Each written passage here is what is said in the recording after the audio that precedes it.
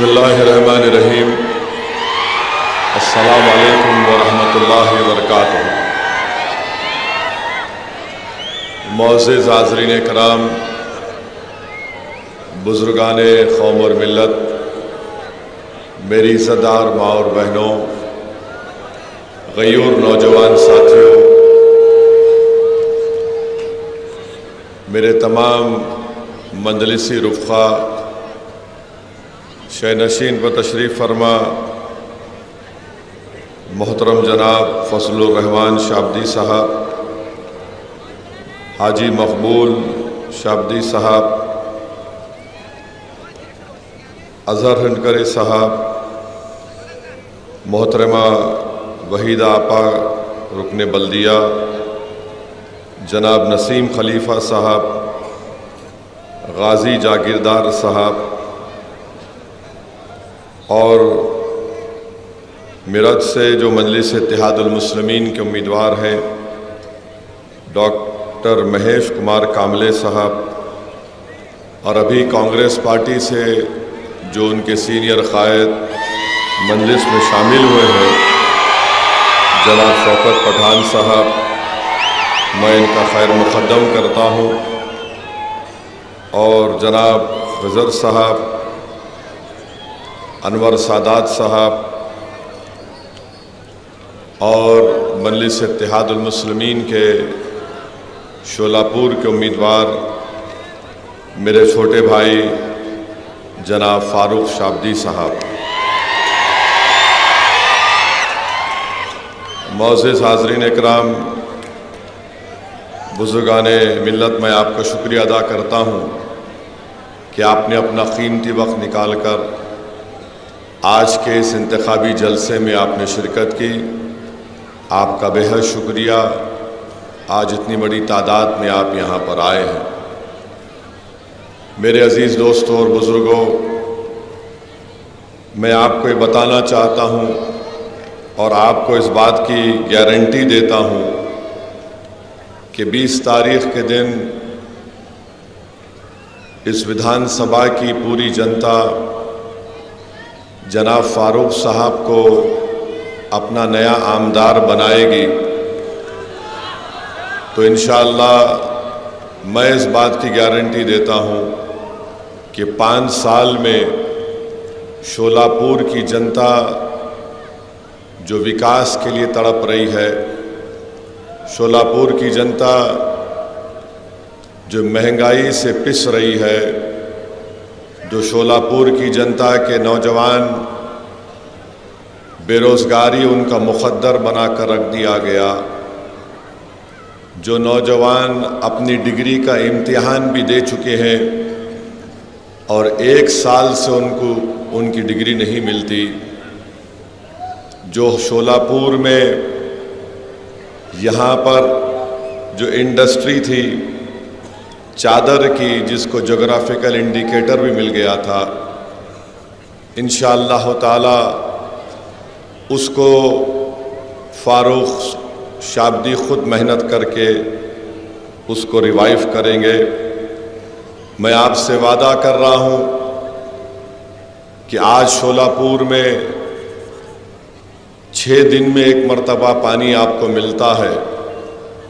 फ़ारूक दिन रात मेहनत करके इंशाअल्लाह ये सबसे बड़ा मसला, ख़ास तौर से पीने का पानी अगर 6 दिन 8 दिन में 1 मरतबा आता है तो सबसे ज़्यादा तकलीफ़ हमारी माँ और बहनों को उठाना पड़ता है।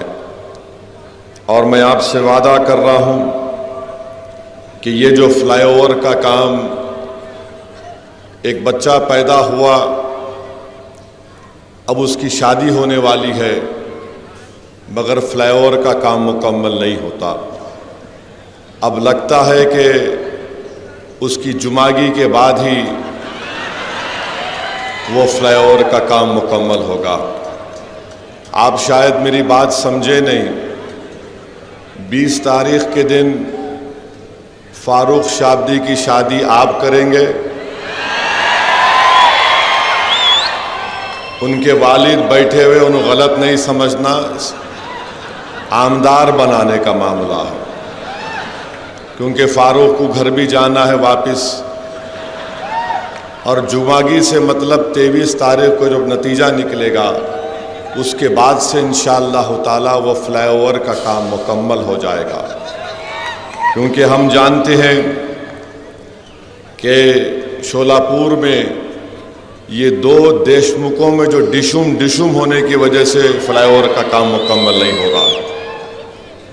आप ये भी जानते हैं कि 10 साल पहले 2014 में नवंबर में, ये 2014 में नरेंद्र मोदी यहाँ पर आए थे और शोलापुर की जनता से वादा किया था कि मैं शोलापुर में भारत की आर्मी के कपड़े यहाँ पर सिलाऊंगा। मोदी जी, शोलापुर की जनता ये जानना चाहती है कि आपको प्रधानमंत्री बन के 10 साल हो गए, आप बताइए कि क्या आपने शोलापुर के अंदर इंडियन आर्मी के कपड़ों की सिलवाई का काम अब तक क्यों शुरू नहीं किया। चंद दिन पहले मोदी आए थे तो ये शोलापुर के ये तकालीफ का जिक्र नहीं किए। स्मार्ट सिटी एक करप्शन का अड्डा बन चुका है। शहर शोलापुर का शहर स्मार्ट सिटी के नाम पर यहाँ की आवाम तकलीफ उठा रही है। मैं आपको गारंटी दे रहा हूँ कि इंशाअल्लाह ताला आप फ़ारूक को यहाँ से अपना नया आमदार बनाइए। ये तकालीफ को फ़ारूक शाब्दी दूर करेगा। स्मार्ट सिटी का काम कराने के लिए आमदार को भी स्मार्ट होना पड़ता है, और जितने भी आमदार थे वो स्मार्ट थे मगर अपनी जेब के मामले में स्मार्ट थे। फ़ारूक शाब्दी इंशाअल्लाह ताला जो ऐलान किया है कि वो अपनी जो उनको आमदार की तनख्वाह मिलेगी इंशाअल्लाह वो उसको नहीं लेंगे, वो गरीबों में या गरीबों के कास के लिए उसको दे देंगे। उन्होंने ख़वातीन की मजबूती के लिए, उनके एम्पावरमेंट के लिए उन्होंने 4 वादे किए हैं। मुझे यकीन है कि इंशाअल्लाह ताला वो उस वादे को पूरा करेंगे। उन्होंने वादा किया कि शोलापुर में हमारी कई ऐसी गरीब माँ और बहनें हैं जो बीड़ी बनाती हैं। मेरे भाई, जिनको अल्लाह ने दौलत दी है, कभी तुम उस गरीब माँ के घर को जाओ और उस माँ से कहो कि तुम्हारे हाथ की उंगलियां मुझे दिखाओ। बीड़ी बनाते बनाते उनके ये उंगलियों की, इनका जो चमड़ी होती है वो निकल जाती है, इनके उंगलियां सफ़ेद पड़ जाते हैं, स्किन की बीमारी उनको शुरू हो जाती है। मैं आपसे वादा कर रहा हूँ, गारंटी दे रहा हूँ, इन गरीब माओं के लिए जिनकी उंगलियों पर बीड़ी बना बना कर निशान पड़ चुके हैं, फ़ारूक शाब्दी इंशाअल्लाह ताला उन माओं की उन उंगलियों की लाज रखेगा और उनके लिए विधानसभा और हुकूमत से लड़ेगा और टकराएगा उनसे। मेरे अजीज दोस्तों और बुजुर्गों, फिर हम ये भी मानते हैं कि बेरोजगारी यहाँ के नौजवानों का एक बहुत बड़ा मसला बन चुका है। आप देखिए कि एक शिवसेना से 2 शिवसेना हो गए, दोनों को नौकरी मिल गई। एक शरद पवार, एक एनसीपी से 2 एनसीपी हो गए। चिचा का परिवार भी नौकरी पे, भतीजे का भी परिवार नौकरी पे। अब एक कांग्रेस बूढ़ी है, अभी वहां पर भी लगे हुए हैं काम पे। इन 5 बीजेपी है। इन तमाम पार्टियों में ही पूरी नौकरी तकसीम होकर रह गई, मगर शोलापुर की जनता खाली आस लेकर बैठी हुई है कि मेरे मुकद्दर में नौकरी कब आएगी। मैं आपसे वादा कर रहा हूं, फ़ारूक शाब्दी उन नौजवानों की तरक्की के लिए, उन नौजवानों को जो रोज़गार के लिए आज तड़प रहे हैं, इंशाअल्लाह फ़ारूक उन नौजवानों के ख्वाबों को पूरा करने की कोशिश करेगा। IT पार्क का संगे बुनियाद फाउंडेशन स्टोन शरद पवार साहब डाल के चले गए, खाली लगा हुआ है, कुछ काम नहीं हुआ IT पार्क के ऊपर। अगर IT पार्क पर काम होता तो यकीनन बहुत से कंपनीज यहाँ पर आते, शोलापुर के गरीब नौजवानों को कुछ ना कुछ तो रोज़गार मिलता। तो ये शोलापुर के बहुत से मसाइल हैं और इंशाअल्लाह ताला मुझे यकीन है कि फ़ारूक शाबदी इन तमाम तकालीफ को आपके दूर फरमाएंगे। पानी का मसला बहुत बड़ा है, बहुत बड़ा पीने के पानी का मसला है। यहाँ पर बीजेपी, नगर पालिका में बीजेपी के पास सत्ता है। अब पिछले 2.5 साल से तो इनकी यूटी की सरकार है, 10 साल से मोदी प्रधानमंत्री हैं। आप बताइए, अगर वो चाहते तो यहाँ पर पानी का मसला हल कर सकते थे, मगर नहीं किए। मोदी आए थे शोलापुर को, ना आर्मी के यूनिफॉर्म की स्टिचिंग की बात किए, ना ये पीने के पानी के मसले को हल करने की बात किए। मैं शोलापुर की जनता से और ख़ास तौर से इस विधानसभा के सेंट्रल के तमाम वोटर से और ख़ास तौर से हमारी माँ और बहनों से अपील कर रहा हूँ, एक बार आप 20 तारीख को बीजेपी को पानी पिला दीजिए। फारूक आपको हफ्ते में 4 दिन पानी पिलाएगा इंशाअल्लाह। एक बार 20 तारीख के दिन बीजेपी को पानी पिला दो आप। माने पानी पिलाने का मतलब सियासी पानी पिलाना, कहीं जाके बोलेंगे लो पियो। और फारूक के हक में डालिए, उनको मालूम हो जाएगा कि गरीबों को और माँ और बहनों को तकलीफ देने का क्या है। दूसरी बात यह है कि यहाँ यूटी वाले बोल रहे कि हम लाडली बहना में 1500 रुपये दिए, बोल रहे ना, बोल रहे। अब अगाड़ी वाले बोल रहे हम भी ऐसा कर देंगे कुछ। अब आप सुनिए, 1500 अगर किसी के अकाउंट में आ गए, हमारी माँ और बहनें बैठी हुई है, मेरी बात से मुत्तफिक होंगी कि आज जवार जो है, जो 2014 में 30 रुपये था, वो आज 50 रुपये में मिलता है। चावल 40 रुपये मिलता था 2014 में, वो आज 80 रुपये में मिलता है। गेहूँ 25 रुपये में था, 50 रुपये हो गया।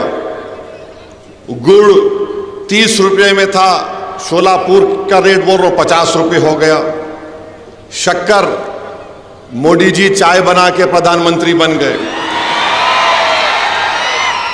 अब उनकी चाय तो फ्री में आती, शक्कर भी उनको फ्री मिलती।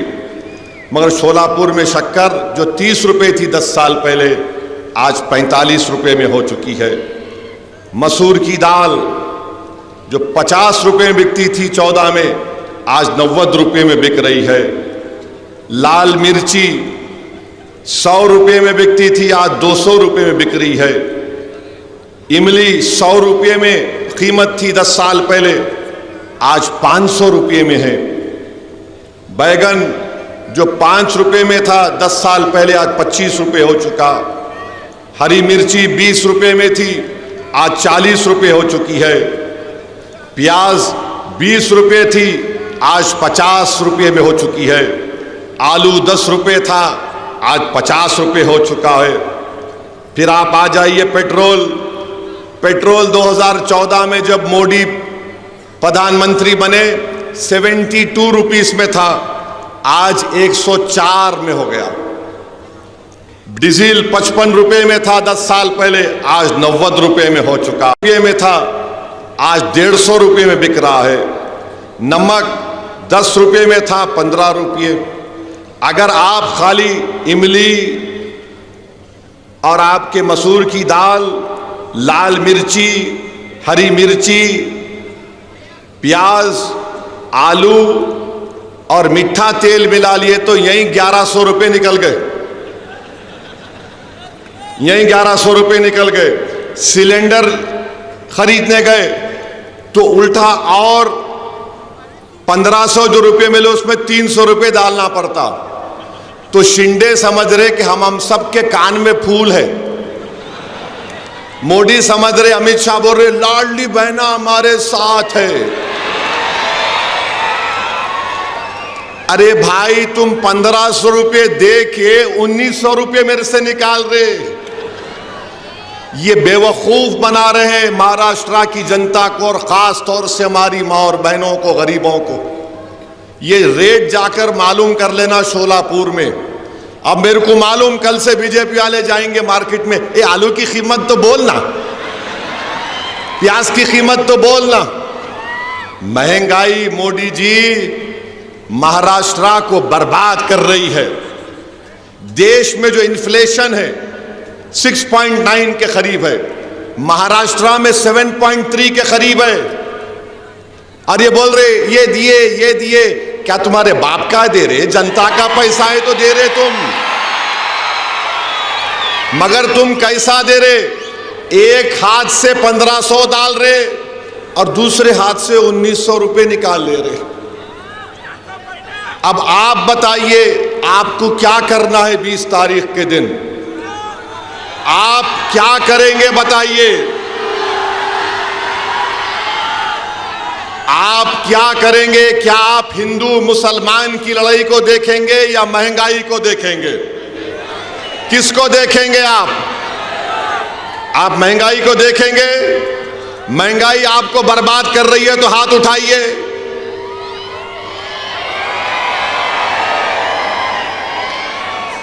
अब आप हम पीने का पानी किसको रोज चाहिए? हाथ उठाइए।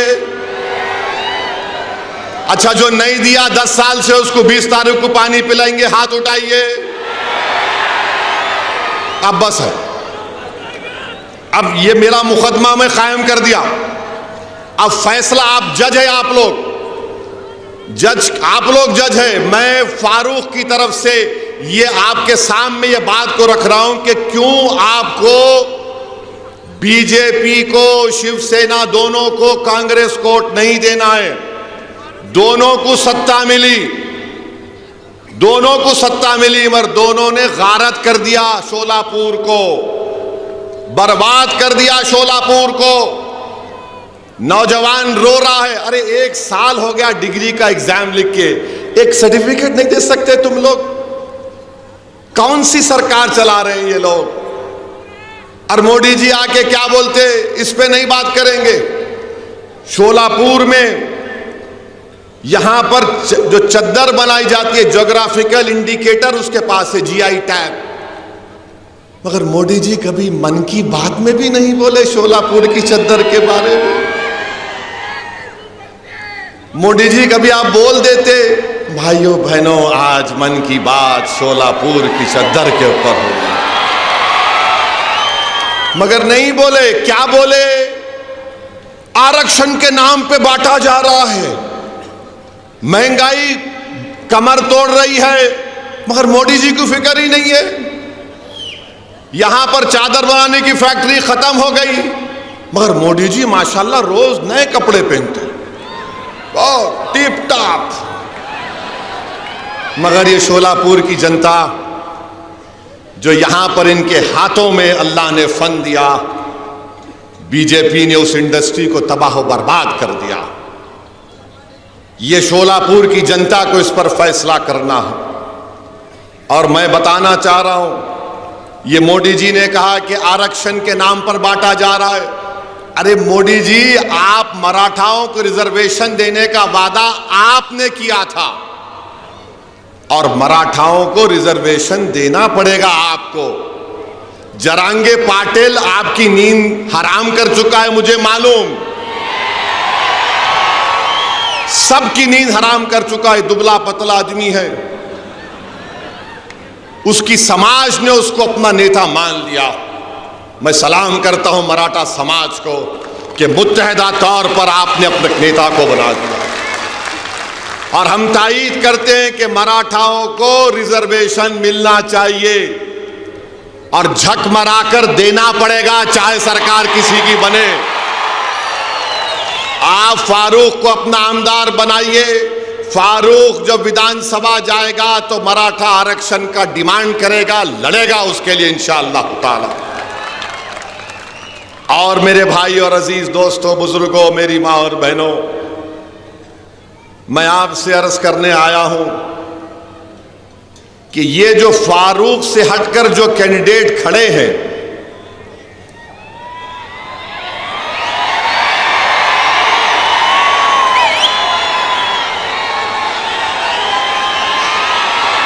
आप समझ गए? माशाअल्लाह, पूरा समझ गए, पूरा समझ गए। अब समझाने की जरूरत ही नहीं है, तो खाली 20 तारीख को फारूक, ये तो बहुत तेज हो गए बाबा, माशाअल्लाह। अच्छा, मैं खाली बोल देता हूं जो मैं बोलना चाह रहा था। जो खड़े हुए हैं, मैं उनसे अपील कर रहा हूं, भाई आप स्पीड ब्रेकर मत बनो। जिस तरह आज हमारे पास शौकत पठान आ गया, तुम भी आ जाओ। हमारा दिल खुला है, हमारा दिल बहुत बड़ा है, हम तुमको अपने गले से लगाने को तैयार है। सब पूरे पुरानी चीजें भूल जाएंगे, आ जाओ। देखो ये शोलापुर की जनता, ये शोलापुर के नौजवान, ये हमारी माँ और बहनें फैसला कर चुकी हैं कि अब के बार फारूक की बारी है। तो मैं इनसे अपील कर रहा हूं, आप भी आ जाओ। क्यों दूर दूर रहते, करीब आ जाओ। दिल में अगर मोहब्बत है आ जाओ। नहीं, हमारे को असद साहब से मोहब्बत है, उनसे हमारे को नहीं बनता। अरे मेरे भाई, तुम जब मुझसे मोहब्बत करते हो, मैं भी तुमसे मोहब्बत करता हूं। और इसमें कोई अनानियत नहीं है। ये इज्तिमाइयत को सामने रखकर फैसला करने की जरूरत है आज। अगर आज फारूक जीतेगा तो क्या खाली मुसलमानों का फायदा होगा? क्या खाली हमारे पद्मशाली भाई बहनों का फायदा होगा? अगर फारूक जीतेगा तो क्या हमारे मराठा भाइयों का फायदा नहीं होगा? हमारे पद्मशाली माँ और बहनों का फायदा नहीं होगा? क्या हमारे दलित भाई और बहनों का फायदा नहीं होगा? पूरे विधानसभा के तमाम जनता का फायदा होने वाला है। तो आ जाओ, सब मिलके गुलदस्ता बनाओ, ताकि शोलापुर की आवाम मिलकर 20 तारीख के दिन शोलापुर के एक अच्छे मुस्तकबिल के लिए, यहाँ की तकालीफ को दूर करने के लिए मैं सबसे अपील कर रहा हूँ कि आप आगे बढ़िए और फारूक शाब्दी के हक में 20 तारीख के दिन अपना एक एक वोट इस्तेमाल करिए पतंग के निशान पर। मशीन में क्या नंबर है? हाँ, मशीन में नंबर क्या है? मशीन में 6ठा नंबर फारूक शाब्दी का। तो जब आप अंदर जाएंगे मशीन में, खाली देखना पतंग का निशान क्या है, ठैक मार, टी आवाज आती है, वो आवाज सुन लेना, बिस्मिल्लाह आगे बढ़िए। मगर आप तमाम वोट डालेंगे या रात में जाके सो जाएंगे, अभी उठेंगे जब उठेंगे। पोलिंग परसेंटेज बढ़ेगा, आप पोलिंग परसेंटेज बढ़ाएंगे। आप हर आदमी, हर बहन, हर माँ, हर बुजुर्ग अपना वोट इस्तेमाल करेंगे। हाथ उठाकर जवाब दीजिए, आप पूरे अपना वोट डालेंगे। पोलिंग परसेंटेज आपका बढ़ना चाहिए, तभी फारूक की कामयाबी आसानी से हो जाएगी इंशाअल्लाह ताला। अब आ जाइए दूसरी चीज जो आपको बोलना चाह रहा था मैं। अभी आप देखें कि डाइस के ऊपर हम बैठे हुए थे, मंच के ऊपर, तो मेरे को आके कोई एक कागज दिए, देखिए आप लोग क्या था, बोलता हूं मैं आपको, सुनो, बहुत मजे का है, बहुत मजे का है। मेरे को jail road police station commissionerate Solapur से हमारे सीनियर पुलिस इंस्पेक्टर साहब ने सेक्शन 168 BNSS की नोटिस दिए, मेरे को लव लेटर दिए, हमारे ससुरे की तरफ से आई नोटिस। दामाद से बहुत मोहब्बत करते ना इन, और हम इनके भाईजान हैं, ससुरे भी उन्होंने है, हम उनके भाईजान भी हैं। I love you. अच्छा, यहां इसमें क्या लिखे? इसमें लिखे, अंग्रेजी में बोल रहा हूं, लिटिल लिटिल इंग्लिश आती है मेरे को।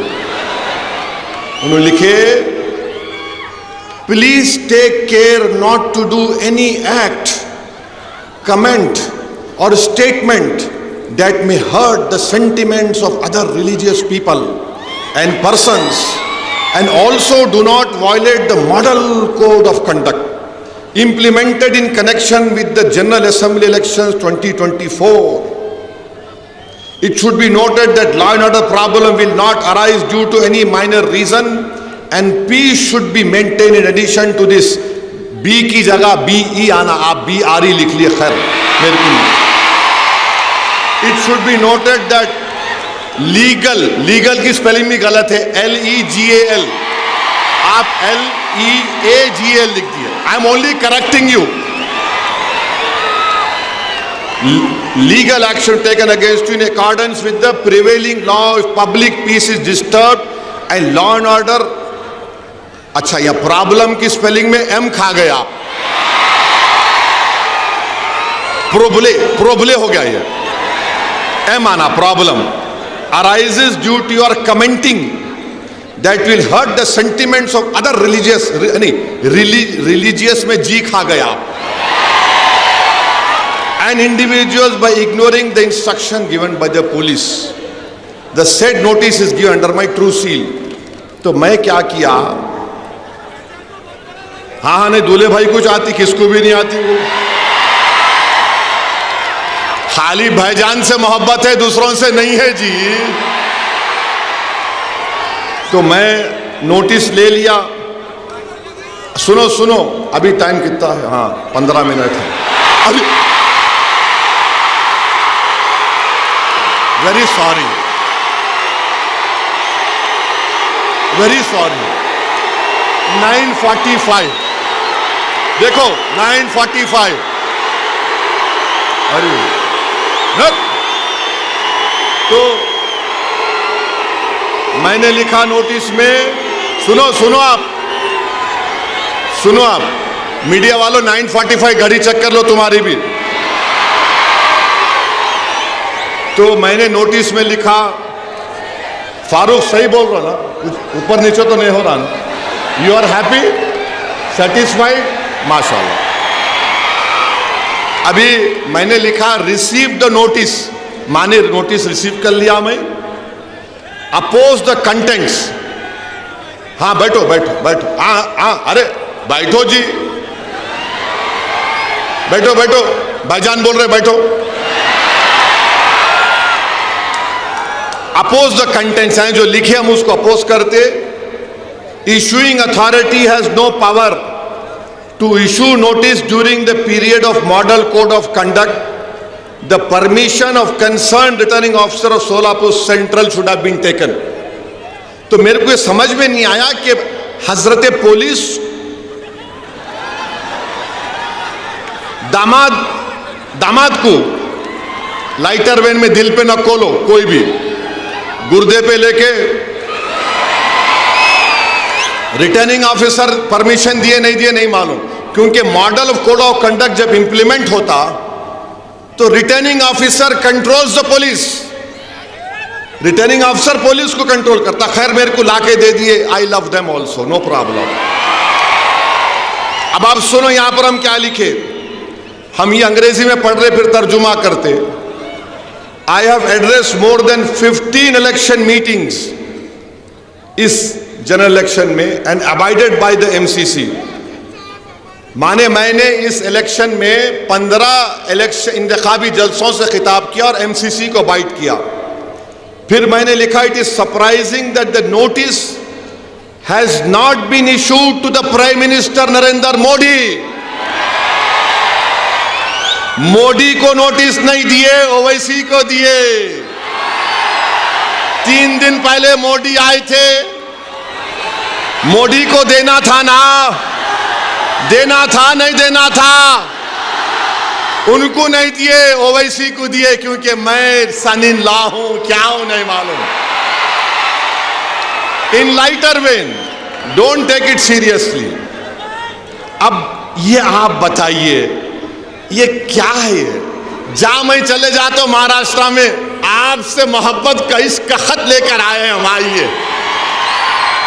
तो मैं भी उनको दिल में देख के बोला, वाह मेरी महबूबा आ रही है, वाह तेरा ही इंतजार था। ये कैकू करते रहे भाई मेरे पीछे, मैं बोलता ही नहीं था ये सब चीज़ें। अच्छा अब आप मेरे को बोलो, वो एक छोटा बच्चा है,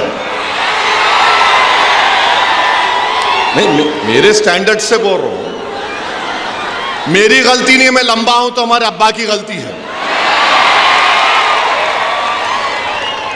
तो उन्होंने बोल रहे मैं मस्जिद में घुस के मारता हूं। मेरे को समझ में नहीं आया कि ये 168B एंड SST नोटिस उसको नहीं दिए, नहीं दिए ना, नहीं दिए, उसको दिए ही नहीं, उन्हें बोले जा रहा, जो बके जा रहा। अच्छा क्या करे, खाली FIR कर लिए। अरे उसको लेके भिजाते दुबई को अंदर, अरे दुबई से मुराद जेल को भिजाते नहीं। अब वो डिप्टी CM फडणवीस बोले, क्या बोले, ओट जिहाद, धर्म युद्ध। ये धर्म युद्ध है इलेक्शन, ये ओट जिहाद है इलेक्शन। बाबा साहिब अंबेडकर ने संविधान बनाया, तो बाबा साहिब ने संविधान कब बनाया? जिस जमाने में दलित लोग अगर जमीन पर चलते थे तो उनके कमर के सामने झाड़ू होती थी और गले में एक वो होता था घड़े के जैसा कि अगर थूकना भी है तो उसमें थूको, और जिस जमीन पर तुम चलते हो उसको झाड़ू दो, क्योंकि तुम्हारे पैर इस काबिल नहीं है कि तुम जमीन पर चलो। तो बाबा साहिब ने कहा कि कोई बड़ा नहीं, कोई छोटा नहीं, ओवैसी, फडणवीस, दलित सब बराबर होंगे। और बाबा साहिब ने संविधान में हम सबको इंसान कहा। All human beings are equal in the eye of the law. और बाबा साहिब ने क्या लिखा संविधान में? लिबर्टी, आजादी, जस्टिस, इंसाफ, फ्रेटर्निटी, भाईचारगी, इसको हमको हासिल करना है। मैं हमारे दलित भाइयों को पैगाम दे रहा हूं आज शोलापुर से कि आओ बाबा साहेब अंबेडकर के उन ख्वाबों को पूरा करेंगे। लिबर्टी, जस्टिस, इक्वालिटी, फ्रेटर्निटी को हासिल करेंगे। आपकी तकलीफ असदुद्दीन ओवैसी की तकलीफ है, आपके इंसाफ की लड़ाई हमारे इंसाफ की लड़ाई होगी। इस शोलापुर सेंट्रल में हमको लिबर्टी, इक्वालिटी, फ्रेटर्निटी और जस्टिस को हासिल करना है। जो ख्वाब बाबा साहिब ने देखा था उस ख्वाब को हमको देखना है। मैं हमारे दलित भाइयों को याद दिलाना चाह रहा हूं, जब किसी ने जाकर बाबा साहिब से कहा था, बाबा साहिब हिंदुस्तान की, भारत की लोकसभा में भी इतने दलित MP जीत कर जाते हैं, आप क्यों दलितों की एक आजाद लीडरशिप की बात करते हैं? तो बाबा साहिब अंबेडकर को सलाम, उन्होंने कहा था कि हाँ, रिजर्वेशन की बुनियाद पर जीत कर तो जाते हैं, मगर अपना मुंह उस वक्त खोलते जब उनको अंगड़ाई लेना पड़ता है। मैं दलित भाइयों को याद दिला रहा हूं, कांशीराम ने ही कहा था, चमचों से बच के रहो, चमचों से बच के रहो। मैं तुमसे भी कह रहा हूं, चमचों से बच के रहो। ये चमचे हमारे मफादात की हिफाजत नहीं करते, बल्कि अपने जाती मफादात को लेकर अपने सियासी आकाओं के कदमों में सर झुका देती है। मैं तुमसे कह रहा हूं, सर मत झुकाओ, सीना तान कर शोलापुर के विकास के लिए लड़ेंगे हम इंशाअल्लाह ताला। शोलापुर के विकास के लिए हम लड़ेंगे। तो मेरे अजीज दोस्तों और बुजुर्गों, ये चंद गुजारिशात मुझे आप तक कहना था। अब ये डिप्टी सीएम फडणवीस, धर्म युद्ध, वोट जिहाद, उनको तो नोटिस नहीं देते BNSS की, हमको ही देते। अच्छा, हैरत की बात यह, मैं पुलिस वालों को भी बोल रहा हूं, जब ये BNS का कानून पार्लियामेंट में पास हो रहा था, अपोजिशन को सस्पेंड कर दिया गया था, मैं अकेला था वहां पे, तो वाहिद MP था मैं इम्तियाज जलील के साथ जो इस कानून को कहा था ये गलत इस्तेमाल होगा इसका, BNSS का। मैंने कहा था कि मकाले की रूह या मकाले अपने खबर में खुश हो रहा होगा इस कानून को देखकर। मेरी बात सच साबित हो गई कि BNSS एक गलत कानून बनाया गया था, जिसका इस्तेमाल मैंने पार्लियामेंट में कहा था, इसका इस्तेमाल माइनॉरिटीज पर, दलित्स पर, इंटेलेक्चुअल्स पर होगा जो हुकूमतों के खिलाफ होंगे। मैं मुबारकबाद देता हूं यहां की पुलिस को कि मैंने जो पार्लियामेंट में कहा था आपने उसको सच साबित कर दिया। आई thank you from the bottom of my heart. ये गंदा कानून मोदी ने बनाया BNSS का, किसी को भी ले जाकर 120 दिन का पुलिस कस्टडी दिया जा सकता। मेरी स्पीच है YouTube पर, देख लेना आप। मैं उम्मीद करता हूं कि PI साहब मेरे इस भाषण को ये नहीं बोलेंगे कि this will create problem of reason and peace. बहुत अच्छा है, मैं इसको घर को ले जाके जब 18 तारीख को हमारी बीवी से मिलूंगा, हमारी बेगम पूछेंगे क्या लेके आए, मैं बोलूंगा देखो ये लेके आया हूं, ये लेके आया, उसको फ्रेम करके रखूंगा घर में।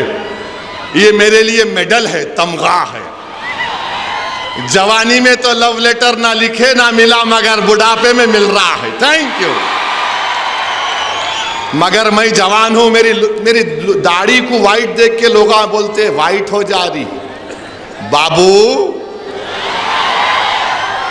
शेर कभी बुढ़ा नहीं होता, याद रखो।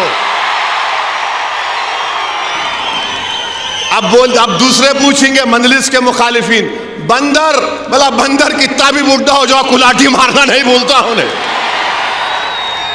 तो खैर, ये लाइटर वेन में था, दिल पे मत लीजिए। मेरे को बड़ी तकलीफ हुई कि RO साहब अगर देते, रिटर्निंग ऑफिसर देते, मगर मेरे को उससे बड़ी तकलीफ यह है कि मोदी जी आए थे, उनको देना था। उन्होंने नहीं बोले ए सेफ है, एक है तो सेफ है, किसका मतलब उसका? किसको बोल रहे थे मोदी जी एक है तो सेफ है? उनको नोटिस नहीं दिए, मगर दूल्हे भाई को दे दिए।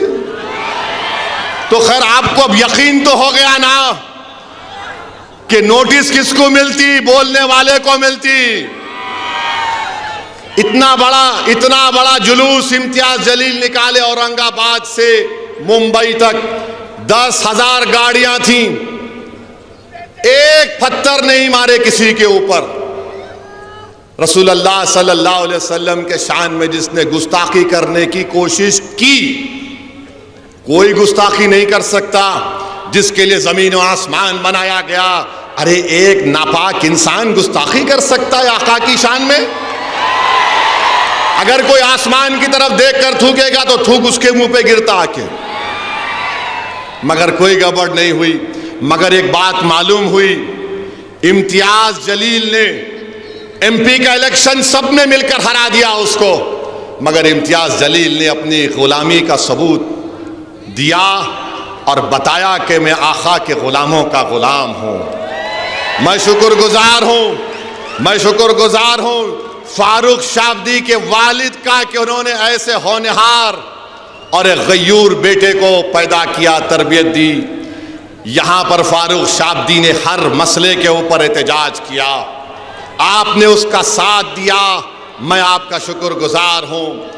कोई भी मसला निकले फारूक शाब्दी आगे आया। कोविड का मसला था, फारूक शाब्दी आगे बढ़कर गरीबों की मदद किया, मजहब को नहीं देखा।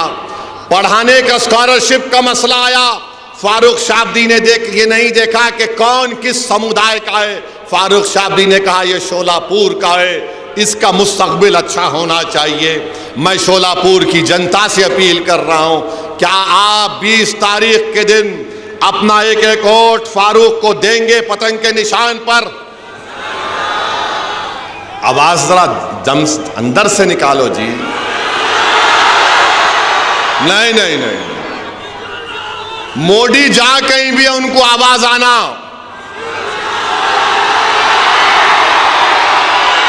जोर से और जोर से, और पतंग को अब, और अभी 2 मिनट बाकी है। देखो फिर बोल रहा हूं मैं, महंगाई के खिलाफ वोट देंगे आप लोग? महंगाई के खिलाफ वोट देंगे आप लोग? महंगाई के खिलाफ आप किसको वोट देंगे? फारूक को देंगे या बीजेपी को वोट देंगे? महंगाई के जिम्मेदार मोदी है नहीं है बताओ? महंगाई के जिम्मेदार शिंदे और फडणवीस है नहीं बताओ? है तो फिर क्या करेंगे? आप अपने वोट का सौदा तो नहीं करेंगे, तो 20 तारीख के दिन क्या नजर आएगा शोलापुर के फिजाओं में? शोलापुर के घरों के ऊपर क्या नजर आएगा? पतंग नजर आएगी ना? तो अपना एक्शन क्या होगा उस दिन? ये बहुत बहुत शुक्रिया। अस्सलाम वालेकुम।